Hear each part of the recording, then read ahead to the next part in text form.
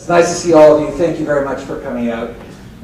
It's another great day in Clemson, South Carolina, and we're delighted to have all of you here. My name is Brad Thompson. I'm the Executive Director of the Clemson Institute for the Study of Capitalism and the Director of the Lyceum Scholars Program.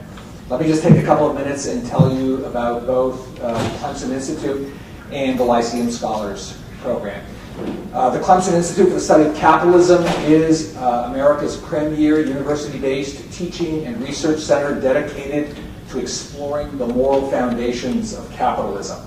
And during the course of the year, we do all kinds of programs. We put on several conferences a year on the moral foundations of capitalism. We have probably the best lecture series here on the campus of Clemson University. The faculty associated with the Clemson Institute teach somewhere between 14 and 16 classes a year here at Clemson University, mostly in the political science department, but also in the history, economics departments, and in the honors college at Clemson University. But without question, our premier program, and I think the reason that all of you are here today, is our Lyceum Scholars Program, which is a relatively new program that we started 4 years ago here at Clemson. As I'm sure you all know, the Lyceum Scholars Program is a scholarship program. We give 10 scholarships per year to incoming freshmen that are renewable over 4 years. And in exchange for the scholarship, the 10 Lyceum Scholars each year take a coordinated and integrated academic program over their 4 years at Clemson. They are required to take 8 classes in their freshman through their senior year. We use a great books approach to studying the history of liberty, capitalism, the American founding, and the principles of moral character. And the 8 classes that they take over the course of their 4 years are as follows. In their freshman year, they take a course called Introduction to Political Theory, which is a course on sort of Plato and Aristotle up through Machiavelli, Hobbes, Locke, Rousseau, to America's founding fathers and Tocqueville. And then in the second class they take is a course called Wisdom of the Ancients, which is a course of ancient Greek and Roman moral thought. In their sophomore year, they take a course called Political Thought of the American Founding and a course on American political thought. In their junior year, they do 2 courses in constitutional law, and then finally in their senior year, they do a course called Political Theory of Capitalism, and the capstone course, which is Wisdom of the Moderns, which is a course in modern moral thought, Shakespeare to Adam Smith, to Jane Austen, to America's founding fathers, to the Russian novelist Dostoevsky, and the 20th century American novelist Ayn Rand. In addition to these 8 classes, probably I would say the most unique, and in many ways I think maybe even the most important element of the Lyceum Scholars Program is what we call the Socratic tutor program. And the Socratic tutor program allows our Lyceum scholars to have one-on-one meetings, conversations with faculty members who are associated with the Lyceum Scholars Program. And the purpose of the Socratic tutor is twofold. First, to help these young people translate abstract theory into practice, into their lives here now today. So for instance, if they are in my Wisdom of the Ancients class, which I'm teaching this semester, and we're reading Aristotle's Nicomachean Ethics, which for even someone as seasoned as I am, and I've read the book many, many times, it's challenging. It's a really difficult book. And the question is, how does your typical 21st century 18-year-old American translate Aristotle's ideas into their lives here now today? The second part of the Socratic tutor program is to get these young people to take the question of moral character seriously. In particular, their own moral character seriously. Right? Because we believe that there is an intimate connection between moral character and a free society. So these students, they meet every other week with their Socratic tutor, and in their sessions, I'll just give you an example from last week. With my Socratic tutees, the one question that I asked them was this: why are you morally weak? Right? Which is, it's a question that throws them off, right? But then they ponder it for a few minutes, And then we have this wonderful conversation about why they aren't being as good, as virtuous as they themselves would like to be. Right? So that's what we do in the Socratic tutor sessions. Now, let me also tell you about a second program that we started. The demand for the Lyceum Scholars Program has been so high that we've started a second track, a parallel track, that we call the Lyceum Fellows Program. And the Lyceum Fellows Program, unfortunately, is a non-scholarship program, but it has great virtues associated with it. Rather than taking the 8 classes required of the Lyceum Scholars, the Fellows only have to take 6 classes, and they can do them in whatever order they want and whenever they want. So it gives them maximum flexibility. Right? So that is a very quick and dirty overview of the Lyceum Scholars Program. I can also tell you it's become, just in the last 3 years, it's become a very competitive program. We have a lot of applications, and we're getting some really wonderful students applying to the program. And I'm hoping that all of the young people here today, that you will all seriously consider applying to this program, and to be either in the Scholars Program or in the Fellows Program. We started the Fellows Program, for instance, a year and a half ago, and we had no students. And today we have about 140 students signed up for the Lyceum Fellows Program. And we think that the program will grow exponentially over the course of the next several years. All right, so what I'd like to do now is I'd like to introduce 3 of our Lyceum Scholars and have them come up on the stage with me. And I've got a couple of questions for them, and presumably all of you will have questions for me and for them. So let me introduce first William Corbin, and Matt Phillips, and Lizzie Nealon.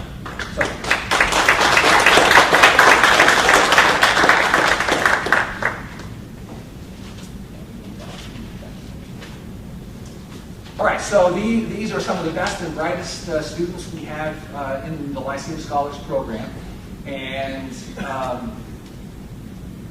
let me begin by asking them this question. When you were 17, right, the same age as many of the young people in the audience here today, how did you go about the college search? And maybe more importantly, how did you end up at Clemson and in the Lyceum Scholars Program? I knew I wanted to stay close to home. I'm from Tigerville in Greenville County, so I applied to Clemson, North Greenville, Furman, and Wofford. I crossed out Wofford pretty quickly, crossed out Furman pretty quickly. So I knew that I wanted to go to Clemson. And I found out about the Lyceum Scholars Program. I forget how I found out about it. But then I remember I was like, this is for me. And then I told my parents about it, and my guidance counselor, and everybody was like, this is perfect for you, William. So I applied. And I got to Clemson in the January range. And then Lyceum Scholars, I had my interview in the spring. And I got in, and it wasn't really too complicated as far as the journey to it. I just knew what I wanted to do. I did it, and loved it ever since. Well, I too am from Greenville County. I'm from the city of Greenville. When I was a junior in high school, I think beginning of my senior year, I guess, I applied for Clemson. I didn't really know much about it, but it was the only school I applied to. I had visited a professor who was a friend of my dad's, and I really fell in love with him in the poli-sci department. So I ended up applying to become a poli-sci major, political science. In terms of my relationship with Lyceum, I heard about it from a fellow applicant, a friend of mine, and I didn't know a lot back then as a high school senior, but I knew that there was something about college that was a transformation, a stepping stone from being reliant at home on your parents to really developing into your own person. And I didn't really know what that looked like, but I knew that it took some form in college. And so for me, that was something that Lyceum offered, this new peak that I'd never really traveled, confronting questions and reading books that I'd never really read. So I decided to apply. I ended up having my first interview while I was on a baseball trip, and I did it from a hotel on Skype, and I ended up getting in, and I've loved it ever since. I'm from Charleston, so Clemson was always on my radar, but when I was about 17, I actually had this idea in my head that I wanted to go to a really prestigious university. I applied to University of Virginia and Georgetown, and I thought I wanted to go somewhere in DC for politics. But then when I heard about Lyceum, I think it was just an email that I got, that was actually the game changer for me. And what it was I guess, I didn't know exactly what it would be, but the thought of being able to read these great books, which I think have largely, maybe not been forgotten in society, but certainly not a huge part of education now. I wanted access to that and to professors that could help me develop my own moral character. So for me, once I got into Lyceum, once I got into Clemson, Lyceum was what really changed it and what made me pick Clemson ultimately. All right, let me ask them one more question, then we'll open the floor up to all of you. My question is, how are your Lyceum classes different from regular classes here at Clemson University, and what's your overall experience there? I just want to say that this is what college should be. Just another way to say it, this is what you dream of the college experience being, and then to actually live that is just amazing. And you get scholarship money for it too. That's even better. Just, they make you question more than other professors, not in a bad way, but in a way to make you think like you've never really thought before, to make you really know your stuff, and not just know in the sense of information, but know why. And just really dig deep down yourself and then look at all these people before you, theorists, authors, so on and so forth. I don't know what to say other than just, it's been my favorite thing at Clemson, period. When I came to college, my freshman year was really very turbulent. I had accepted a lot of things when I grew up, and that first year was really me coming to grips with the fact that I was on my own, that I was away from my parents and away from my family, my community. And that meant a lot more than just financial independence. It meant that for the first time, I was a free-thinking, independent citizen, an individual. And I had to really confront for myself personally what I believed in. And those first few months, that whole first year, was really, really tough. But what I can say that separated Lyceum from the rest of my classes, and why Lyceum impacted me so much, was because at the end of the day, Lyceum exists so that every student has that kind of experience. So that every student, before they go out into beyond college, before they get jobs, before they start interacting as independent adults, they figure out what it means to do that, why they should act a specific way, what they actually believe. So for me, my Lyceum classes ask, and you're going to hear us say this a lot, they ask the why. Especially in the political science realm, we're very much dealing with something like efficiency in governing. And what separates my interactions between Socratic tutors and regular political science professors is regular political science professors will ask you what's going on in your class and what do you want to do when you grow up. And my Socratic tutors in my Lyceum classes deal with all of the stuff in between. Before we deal with any of those broader questions that go beyond college, they're concerned with who I am as a person, what I think about, and at the end of the day, what kind of moral individual I emerge from college as. So that's really what separates my Lyceum classes from all the rest of my classes. Another cool thing I would add, you guys summed that up pretty well, is that freshman year, the two classes we took were actually just the 9 of us, just our Lyceum class, and that was really cool because you had 9 18-year-olds in there discussing what Aristotle meant by friendship and what his philosophy on that was, and things that I had never done in school before, but really pushed all of us as individuals. And then a cool byproduct of that is that we all actually became really close, and some of my best friends are from Lyceum. One of my roommates is in my Lyceum class, another one of my best friends. These guys are great.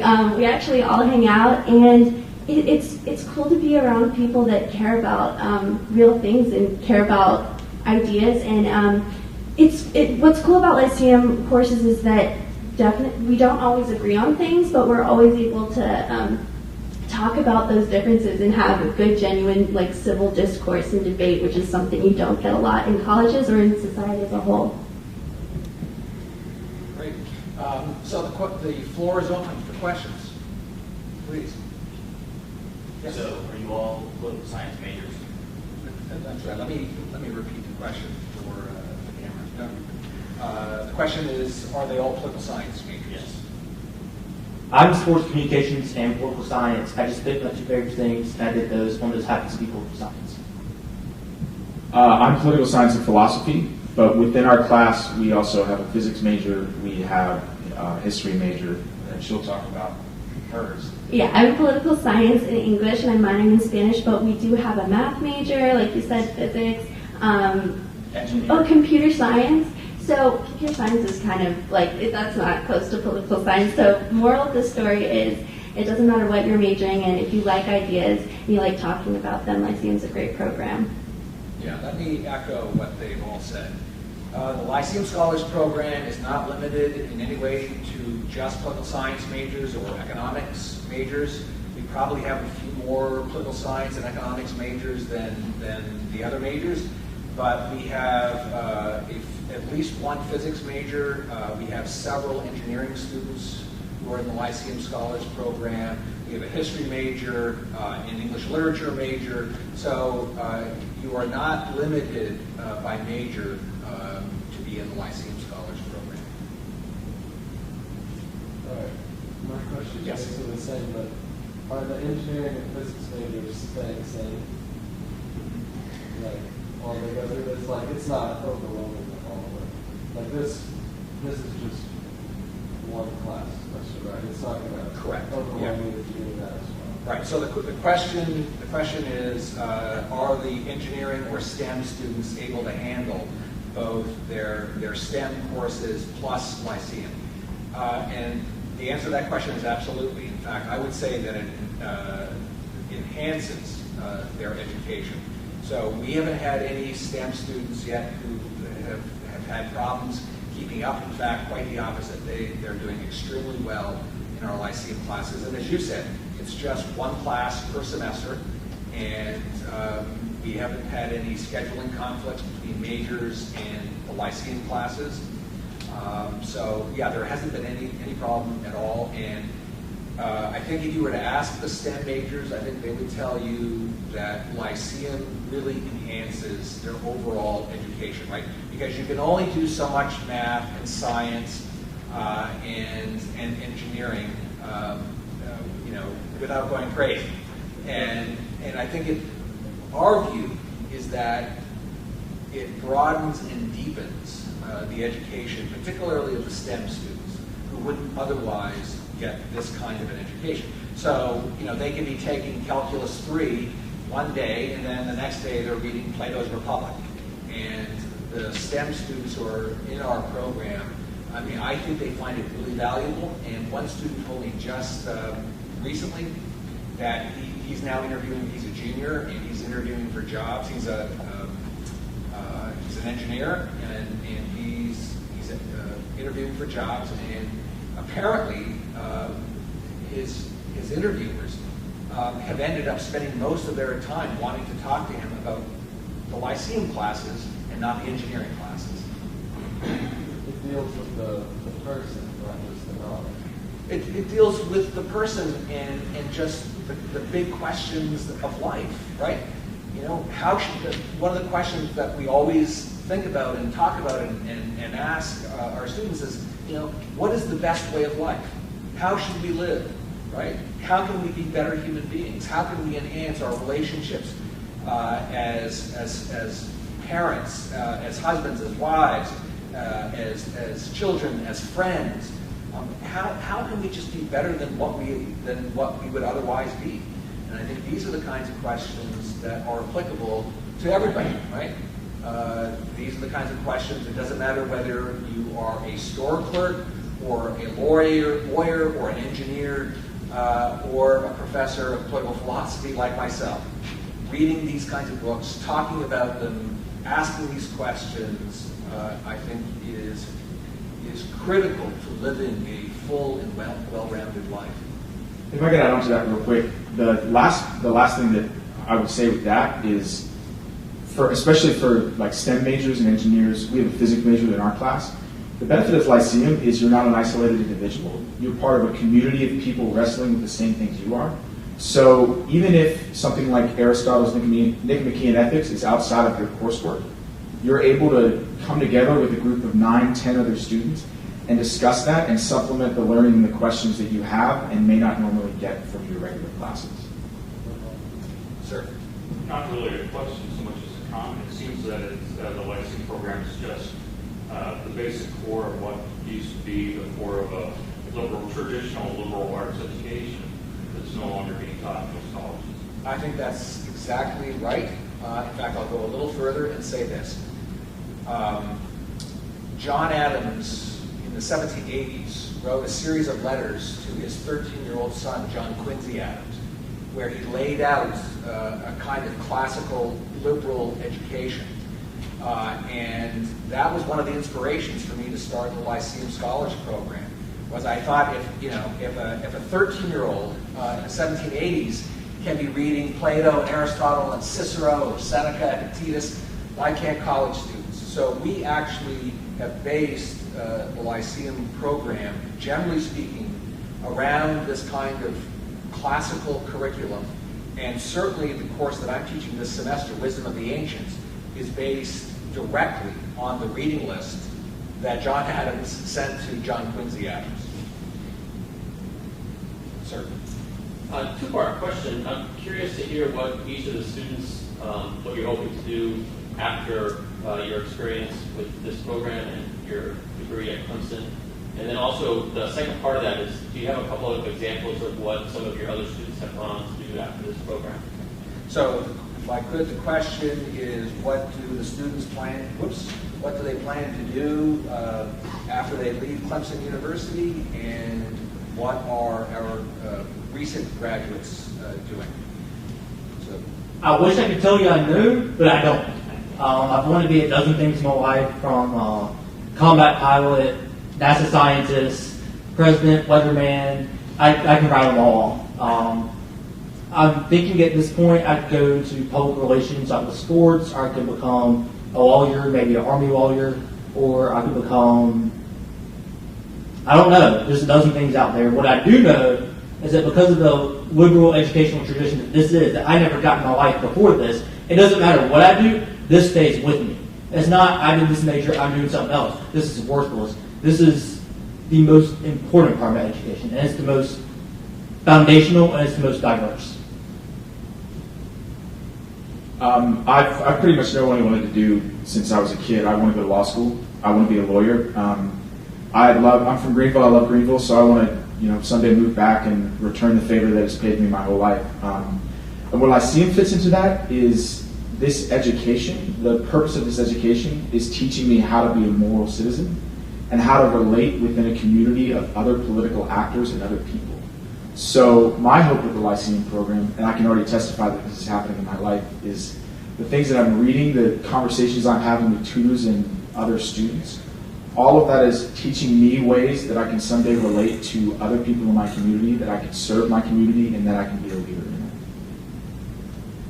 I know we just got done talking about how you don't have to go into politics or be a political science major to be in Lyceum, which is true. However, I am interested in politics. So I'm thinking about writing for some sort of political publication, maybe going into political consulting or doing some sort of work abroad with my Spanish. But we'll see. our highest class right now is the junior class. So we've had 3 classes in the Lyceum program, although we did have a pilot class that graduated this past May. Now, the pilot class was hand-selected by me in their freshman year, so they didn't apply like all of you presumably would as high school seniors. So it was a much smaller class, and we have one of those students is now doing a PhD in economics at George Mason University, which is the world's premier free market economics program. And we have a second student doing a master's degree in political philosophy and statesmanship at Hillsdale College. And then we have one student at Vanderbilt Law School, and the 4th one is, I believe she is teaching English as a second language in China right now, with the intention of going to law school when she gets back in a couple of years. Please. Are there study abroad opportunities for people in the Lyceum program, scholars or not? Great question. The question is, are there study abroad options for Lyceum scholars? There is. We allow our students one get out of jail free card in the Lyceum program if they want to do a study abroad. So the program is set up that you have to take these 8 classes, but you do get one opt-out. And you can take or use that one opt-out either to take a semester to do a study abroad, or if you have a conflict with a class in your major. Would that also apply for like internships and co-ops? Well, let me tell you this about internships and co-ops. So we have a very robust program of helping our students get summer internships. Just about every month we have a monthly newsletter for the Lyceum Scholars and Fellows. And in just about every month in the newsletter, we have notifications for all kinds of summer internships, many of which are in Washington, D.C. So it's working for the big Washington, D.C. think tanks. Several of our students have worked as summer interns for congressmen. We had several students work for Congressman Trey Gowdy, who, by the way, visited with the Lyceum Scholars earlier this week. We've had several of our students intern with Senator Tim Scott and Lindsey Graham from South Carolina. And we've had students go and do internships in think tanks in California and all over the country. Please. I'm curious, the gentleman on the end here, you said that your family and your advisors in high school said this program would be perfect for you. What was it in your background or in your studies in high school that led you to feel this was a great fit for you? I think it was Aristotle that said this: man is a political animal. Unfortunately, I've been a political person since elementary school. And this was an opportunity to take it deeper. I've always been, in love with American history, particularly early American history, political philosophy, always asking why, capitalism, free markets, just the entire area of it, from the economic perspective to the moral perspective too. Because I can do math, I'm pretty good at it, that's not my best area. And so to learn about all of these things through a great books approach, really digging in that text. I love to read, I love to write, all those things that Lyceum let me do. I'm not sure that answers your questions, but more about the topics we'd be studying and how we would study.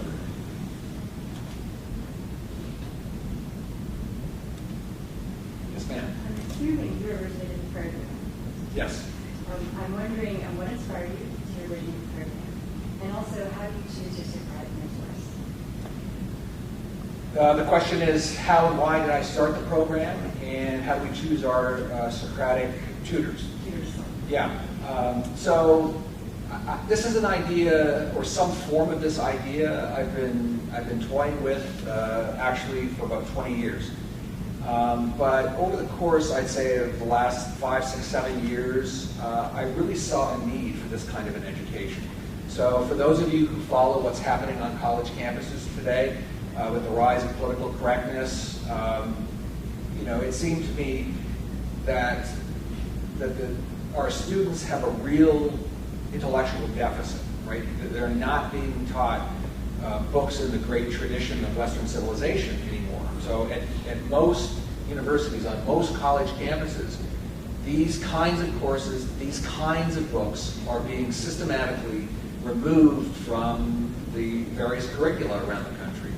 And I was raised certainly in university, I was raised in the great books tradition.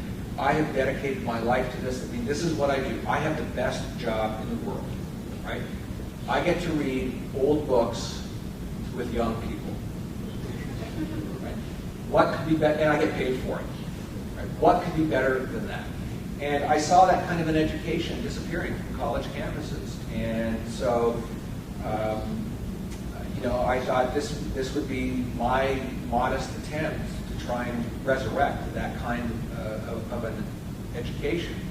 And hopefully the idea is really to not only build this very large and robust program at Clemson University, but I'd like to see this kind of program spread around the country. We have plans to sort of clone the Clemson Institute and the Lyceum Scholars Program at colleges and universities around the country. And the great news is, over the course of the last couple of years, we've had several universities approach us about how they can start a similar kind of program at their university. And what I'm sorry, the second. How do you choose your Socratic tutors? Yes, how do I choose the Socratic tutors? So they are the faculty members who are connected to the program and who teach in the program. So there are 4 or 5 of us. It's all the professors who teach the 8 classes in the Lyceum program. And we plan to be expanding over the course of the next couple of years. My hope is that we're going to be taking in more Lyceum scholars. Absolutely, we plan to be taking in more Lyceum fellows, which means we're going to have more faculty members, and I'm hoping in the next few months, actually, we will be hiring more new faculty to join the Clemson Institute and the Lyceum program. So it's who's ever teaching in the classes themselves. That's who's teaching or being a Socratic tutor. I guess there's like political science or community philosophy PhDs? Well, almost everybody who teaches in the program teaches what's called political philosophy, right? So we do moral and political philosophy, and all the professors associated with the program teach moral and political philosophy. So yeah, we just came back from the engineering course, and they talk a lot about the co-opting where you work a semester, and that I think you do that 3 semesters, like you work a semester and another 2 semesters. So would it not be possible for me to do that and the Lyceum at the same time because I miss the classes? Yeah. So the question is, how would an engineering student who has a work-study commitment, how would they reconcile that with Lyceum? Yeah, that's a hard question. We'd have to look at it case by case. We haven't had that problem. We have right now. I think we have at least 4. We could have as many as maybe 6 engineers in the Lyceum Scholars Program, and none of them have had this problem yet. So it hasn't been brought to us as a problem yet. And the other thing to note is, we are a young program, and this all happened very quickly. It all came together almost in an instant. And so we are dealing with new problems that we could not have anticipated. When we first started this program, we're dealing with them almost every single day. And that would be one of those kinds of issues that we would have to take up when it was introduced to us. We'd have to try and work out a solution. Now, I can tell you, for instance, one of my very best students in the Lyceum program, she's a physics major, and she had a class conflict with her physics major and the required Lyceum class. So she came to me with the problem with the conflict and introduced me to her physics professor with whom she had this conflict. And he and I spoke, and behind the scenes we worked out a solution to the problem such that she didn't have to miss her class in physics, nor did she have to miss her Lyceum class. What might be some key points you'd be looking for in applicants? The question is, what are we looking for in applicants? That's a great question. So the application is a standard college application. We need your name, rank, serial number, just all of that kind of information. We also ask for your test scores, SAT, ACT, classical learning test is also something we look at. But without question, the most important part of the application are the 3 essays that we ask students to answer. And of the 3 questions, the most important is a question that asks students to talk about the moral, political, and economic foundations of a free society. What does that look like? In your words, in your understanding, what does that look like? And that is the single most important part of the application, up until the very end. And then at the very end, we give interviews to probably the top 25 ranked students. And then the interview becomes the most important part. And it's a 30-minute interview. And I'm sure the students that we're interviewing might think it's more, an interrogation. It's really not. It's not an interview. It's not an interrogation. It's just meant to be a conversation. But it's meant to be a conversation about important and interesting things. And we're also looking for students who are self-starters, intellectual self-starters. So if the only book that you've ever read is a book that's been required in a high school class, then that's probably not a good sign. But if you have read all kinds of other books outside of what's required for school, if you've read some great literature, or maybe even some philosophy, if you've read some books about contemporary politics, all of that helps. All of that demonstrates to us that you're an intellectual self-starter. And we want students who are independent-minded, who think on their own, who have ideas, and who want to talk about ideas. And in fact, in many ways, if I could sum up the program as a whole and what we're looking for in the program, I would say this. For us, ideas matter. And we think ideas have consequences. And we want students in our program who take ideas seriously, and maybe even more importantly, who take themselves seriously. And I can't say that of all college students, right? So if that's the kind of young person you are, if you take ideas seriously, if you take yourself seriously, if you are intellectually ambitious, then that's the kind of student that we're looking for. If I can add on to that for a second, we talk about reading. I didn't actually read a ton of classical literature or history before I came to Lyceum. I'm not sure if you knew that or not. I did read a lot of other things though. So, I read a lot of history. I read a lot of politics. I read a lot of sports, actually. I read some psychology, just news, articles, anything that I found interesting that I read. And so for me, I'd say read. And if you love reading and ideas, you'll come, once you are encountered with these classical literature things, you'll grow to love them. And in middle school, I was that kid that thought, why do we need to read these things? And in college, I'm like, I see why we need to read these things now. They're so important. And then with the essay, all my other college essays, I'm an excellent writer, but I hated writing them because I didn't like the prompts. I didn't feel like they were really asking me something that mattered. Whereas this essay, I just wrote, within 500 words, of course, or 750. That was the easiest essay I've ever wrote, and it was the most fulfilling essay I've ever wrote. So, and that also kind of goes to your question as to what in me made for that fit for this program, when I knew I could answer that essay.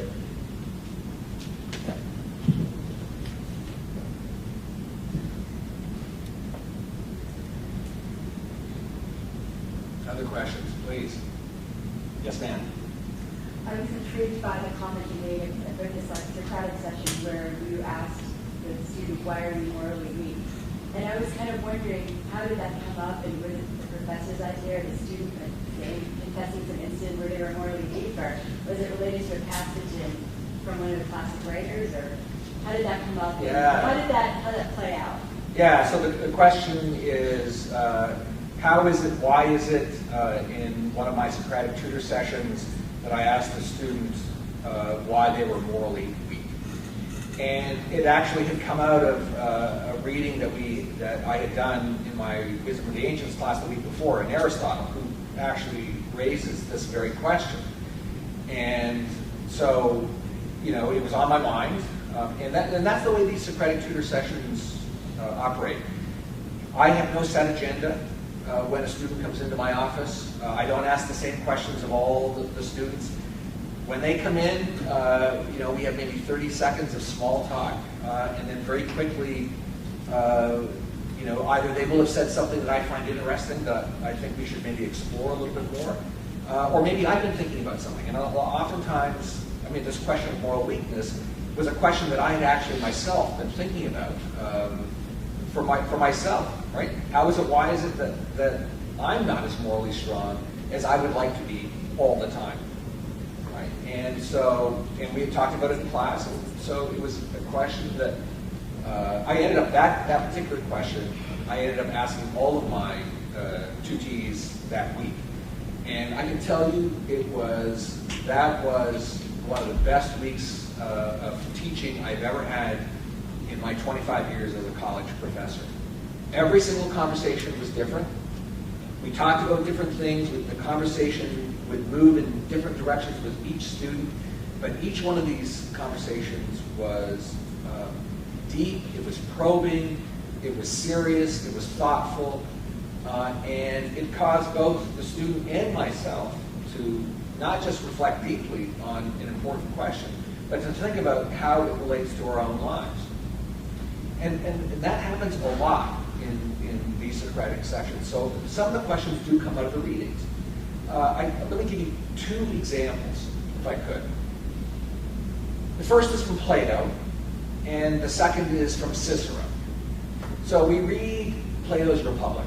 And in Book 2 of Plato's Republic, he tells the story of the Ring of Gyges. And the Ring of Gyges, make a very long story short, it's about an invisibility ring, right? How cool is that? Everybody likes to talk about an invisibility ring. And so the question for the students is, all right, so you get the Ring of Gyges, you get the invisibility ring, and you now have the opportunity to walk into your local bank, go straight into the vault, unseen, steal $20 million, move to the Caribbean, buy a 20,000 square foot mansion, have a 40-foot yacht, and a Ferrari. The question now is this: is it in your self-interest to do that? And the conversation is always fascinating. Some of the students say yes, but with reluctance. Some students say no, but in every instance, we always have an extraordinary conversation, right? Because in the end, the question is really about several things. It's about the nature of self-interest. It's about the nature of honesty. It's about the nature of justice. Right? So we move in these kinds of directions. The second example comes from Cicero's book on obligations. He tells the story of Regulus. Regulus was a Roman general in the First Punic War. Regulus is captured by the Carthaginians, held, imprisoned, and tortured while he's in Carthage. He's released by the Carthaginians on the condition that he return to Rome, go directly to the Senate, and argue for the release of 10 Carthaginian prisoners. And if he succeeds, he can stay. So what does Regulus do? He goes back to Rome, to the Roman Senate, but rather than arguing for the release of the 10 Carthaginian prisoners, he argues against their release on the grounds that they are young and he is old, and they are 10 and he is 1, and it's not in the self-interest of Rome to release them. So now Regulus is faced with a genuine moral dilemma. He's there with his wife and children, with his friends, all of whom are begging him to stay in Rome. What's forcing Regulus to return to Carthage? Yeah, exactly. It's his honor. So what does Regulus do? Well, first question, what would most people do? I think most people would not return to Carthage. Regulus, on the other hand, returns to Carthage. And he returns to Carthage because, in his view, it's the honorable thing to do. Because he gave his word to the Carthaginians that he would return. Right? But now the question is, was it in his self-interest to return to Carthage, where he knows, and subsequently was, imprisoned and then tortured to death? Regulus's answer to the question is fascinating. It was in his self-interest, he argues, to return to Carthage, where he knows he'll be tortured to death. Why? Because the single most important possession that he owns is his moral character, his honor. It's more important to him than his wealth, his power, everything. Now, that's a powerful story. Right? It's a very powerful story. And to be perfectly honest, I don't know what I would do.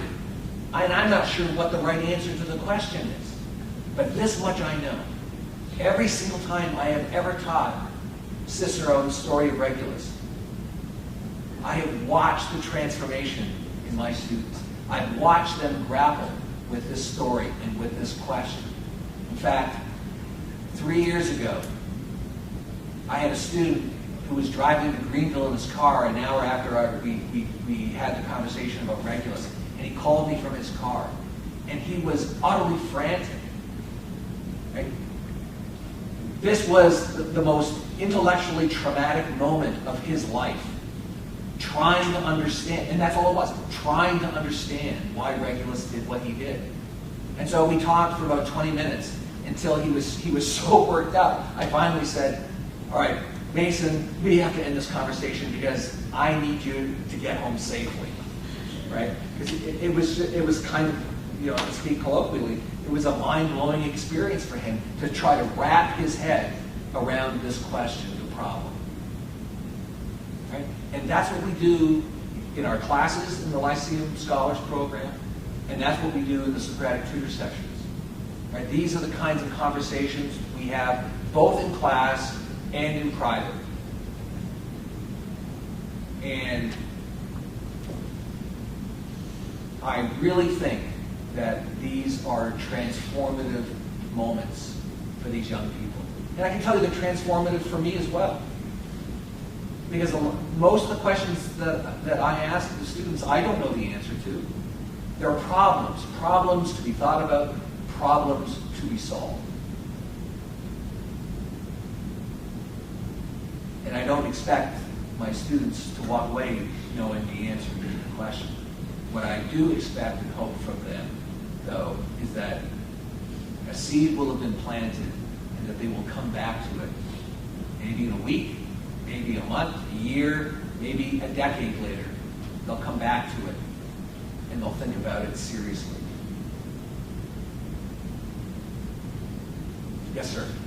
If you apply to the program and you're not accepted into the scholarship program, are you able to minor in political science and still take any of the Lyceum classes? Absolutely.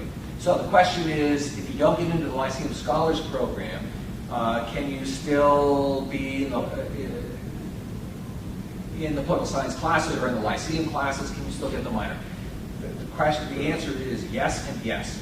So, and I forgot to mention this, all Lyceum students, both scholars and fellows, by virtue of completing the program, they automatically get a political science minor, unless you are a political science major already.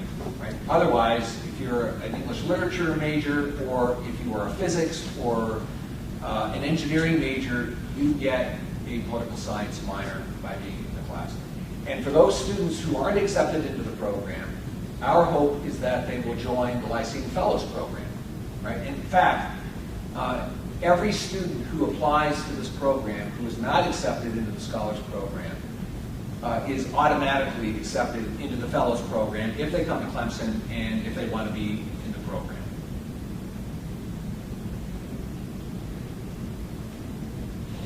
Yes? Are all of the classes discussion-based, like how you just described with the problem, or are any of them lecture?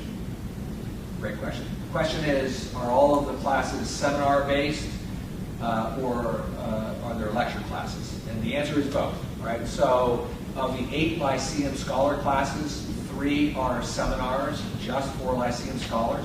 So they'll just be the 10 students in the seminar. So I'm teaching, as I've said, the Wisdom of the Ancients class, which is the required freshman class for just Lyceum Scholars. And there are just the 10 of us in a seminar. The other 5 classes in the Lyceum program are lecture courses. And you will be mixed with the Lyceum Fellows and with regular Clemson students. So for instance, next semester, I'm teaching the course on the political thought of the American founding. And I'll probably have 40 students in that class, 40 or 50 students, and 10 of whom will be Lyceum Scholars. There might be another 10 or 15 Lyceum Fellows, and the rest of the students will be regular political science majors or somebody who just wanders in because they're interested in learning about the American Revolution and the Founding Fathers. How is it's a new program, and I'm curious, how is the scholarship program funded? The question is, how is the scholarship program funded?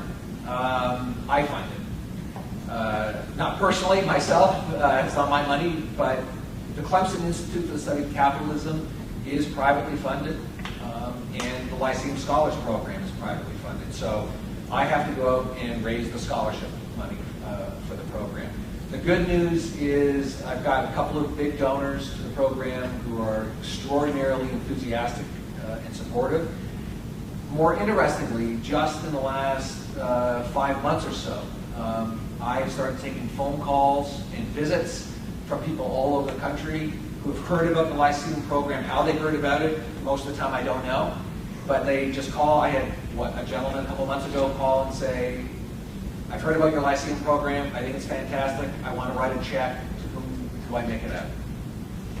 And that's been happening a lot actually lately. So I'll take one more question. We're running over time, so let me take one more question, and then we'll finish up.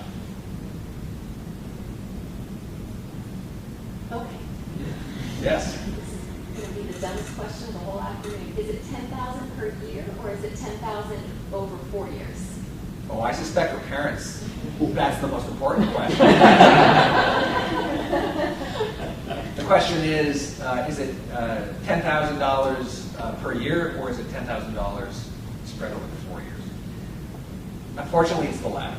Okay. So it's $2,500 per year with a maximum of $10,000. I wish it were $10,000 a year, and maybe going forward in the future, if I can find a few donors who can help us with that, we will. We will. I mean, that is the plan. The long-term plan is to increase the amount of the scholarship going forward. Because believe me, as a father of 3 college-age kids, I know how expensive college is. All right, well, listen, thank you all very much for coming out.